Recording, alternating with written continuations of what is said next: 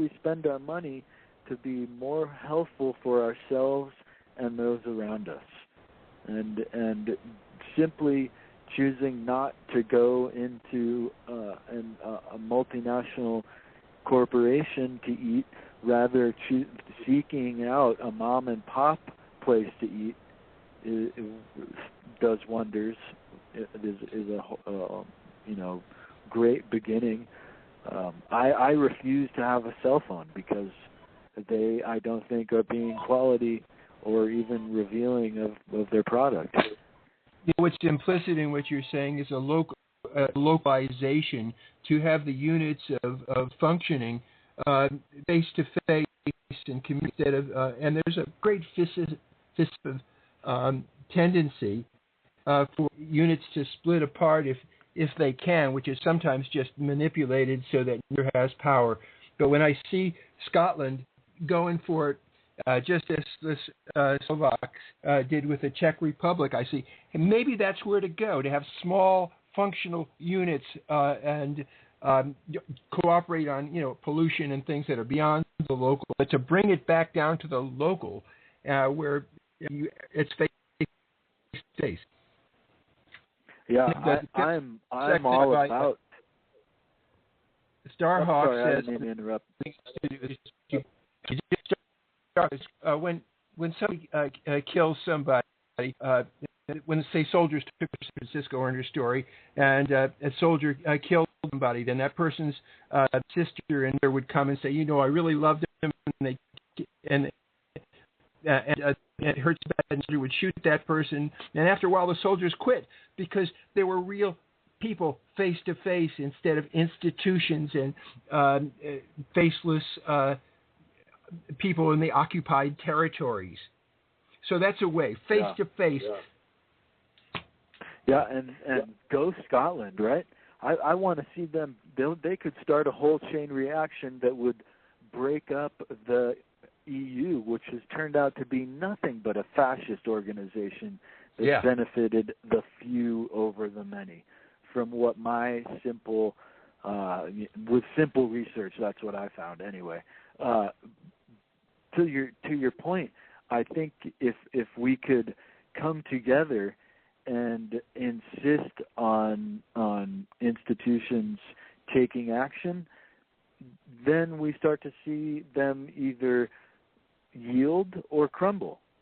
And so I think that there's a lot that we can do, and Cuba actually, to your point about localization, about instead of globalization, Cuba proved that in fact localization is the only way to save a sinking ship, or in their case a sinking island.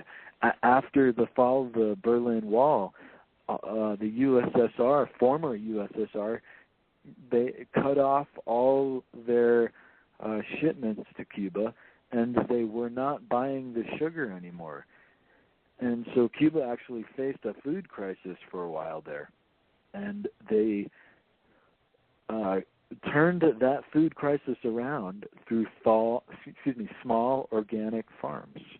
And so, localization is the only way. It's illegal for us to have our own organic farms and to have which is the solution. So, of course, we know that's the solution because they're trying to make it illegal. So we used to live in tribe. We used to live in community. We used to look at each other and sense each other. And, and then we had empathy.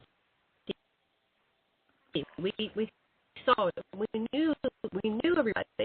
Maybe the problem is we're thinking too much, even on a local personal level, and with neighbors and being out there. And so here in Malloy, there some of the communities, while we still can, are doing these little community farms, little community gardens. Sasha wants to say something. Just that one of the things that really breaks through is empathy. I remember when Mario Savio was leading our movement to stop the war in Vietnam and stop the University of California from participating in it. The girls would come up and put in the barrels of guns, they would put flowers, and the soldiers didn't know what to do with it. And so I took that message, and when SDS, of which I was a part before they became violent, did a protest, and we were were facing a line of Marines, and I started talking to the Marines, and one of them started crying and eventually laid down his gun and joined us. And that's what it takes. Empathy, person. We're not just protesters that they have to hate, and they're not just soldiers that we have to hate. So they go out and counter numbers and shoot them. So that's what we're looking at right now. Somehow this government, the United States here and all over the world, the governments have taken their citizens and are now arming them with military weapons called the police, and they are, about to go marching on their populations, as we saw at Ferguson. When I worked in Fiji, overthrew the government there, a constable, if there was guys fighting, he was unarmed, of course. He got issued a gun only if he needed it, but he didn't ever need it. He would break up a fight and go home. Now, and what we saw in Los Angeles, if two people fighting, the Los Angeles police hits them both over the head, takes the hell out of them. Yeah, whatever happened to billy clubs? I mean, those were they're brutal tools, but at least they're not a gun. Right. I mean, I've been looking at some footage of the way police interacted with people from the 70s and so on, and it's amazing how much more respectful and tolerant they were of, for instance, drunk people and confrontational people and so on. So that's just a anecdotal note, but it sure seems to me. I agree with you. We have a place in Maui called Little Beach, which is regular people that can't climb a little cliff can't get there. And the police, they would bust people for perfectly normal things like smoking marijuana on the beach. But they hated to come there. But what happened in our little beach is when people started getting in a fight, everybody got up and got in between the fighters and made them go in separate ways and stop fighting, or herded them off of our beach. And so that's the whole thing. We don't need cops if we do it ourselves. Right. Then it's back to the person. Yeah, the power of the people is what police are supposed to have anyway, not this fascist overlord, overseer, officer status. They're supposed to be us, but now it sure seems like they're differentiating themselves often enough. Well, it goes back to the individual. When there's somebody beating up somebody, that the next person goes into the store and throws bricks and starts stealing. What is that?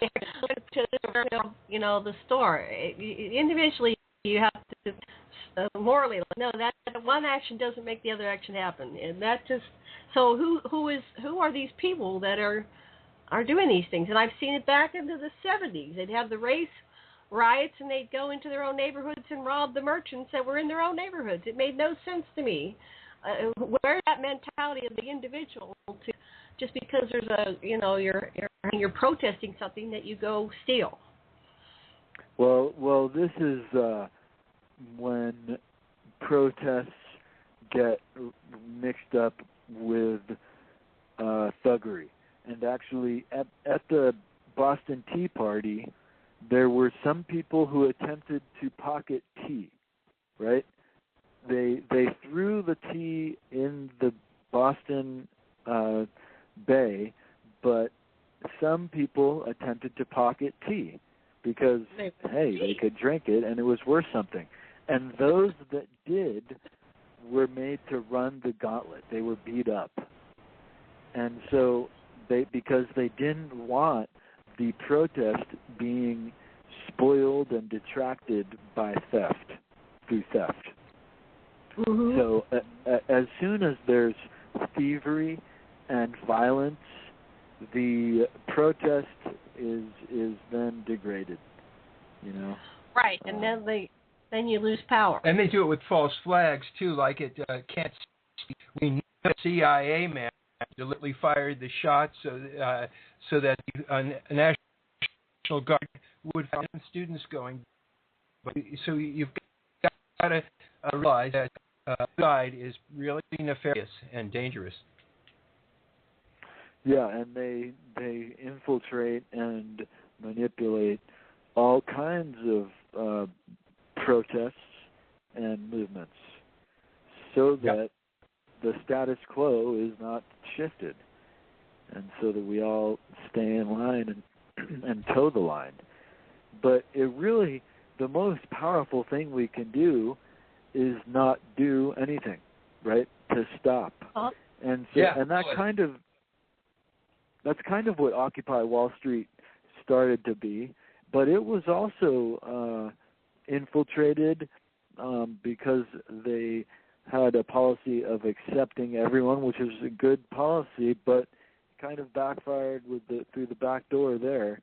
And also, I mean, it's on record that mayors had phone meetings discussing what they should do about Occupy Wall Street. And so it was there may not be any more COINTELPRO, which caused all kinds of fighting among movements, the anti-war movements and civil rights movements. There may not be no more COINTELPRO, but there's certainly some kind of cooperation going on. Yep. Okay. Well, we've got 17 minutes left. We should probably start wrapping this episode up. Any more points that you want to make for our listeners about your book, or what can the individual do? I keep repeating this, but I'd like to empower the individual. On Wake Up World right now, I have an article that explores the difference between institutions and individuals, and also the steering that we all go through via language. And so minority, there's a perfect example of steering our thought through the presentation of language, right? But there's all sorts of other formulas for steering language, steering our thought through language. And in fact, in 1984, that was a central theme to it. Winston Smith's co-workers were all working on the incredible shrinking dictionary that was Newspeak, right? Right. And so when we actually work on enhancing our understanding, whether it's just through simply expansion of our vocabulary, which I like to think that words like oligarchy or any number of things are like keys to the map that is life. And the more keys you have to the map, the more you're able to understand what's really going on, and the less you are likely to be tricked by said institutions at large. And so one of my general rules of thumb that my farmer father told me was, if you see it on TV, don't buy it. Right? So, and expanding from that, go mom and pop, right? We need to go local, and the very idea of this is so counter to the status quo that it's hard for us to even do sometimes in some locations. But as much as possible, we have to think about localizing and even reaching out to support individuals over institutions, always having the distinction in mind between individuals and institutions, because that's how they get us to war against each other when we lose track of that differential. I'm looking at your article on wakeup-world.com, and it's got a picture of a woman leaning over a fence with a barbed wire fence, and she's leaning on it, so that's a hurt. And it says September 16th, which is tomorrow. So we're in. Yeah, I'm a time traveler. You're a traveler. No. Well, no, because the Wake Up World is in Australia. Oh, it's in Australia. Yeah, okay. So my articles always come out a day ahead of myself. I know, it's amazing how you do that.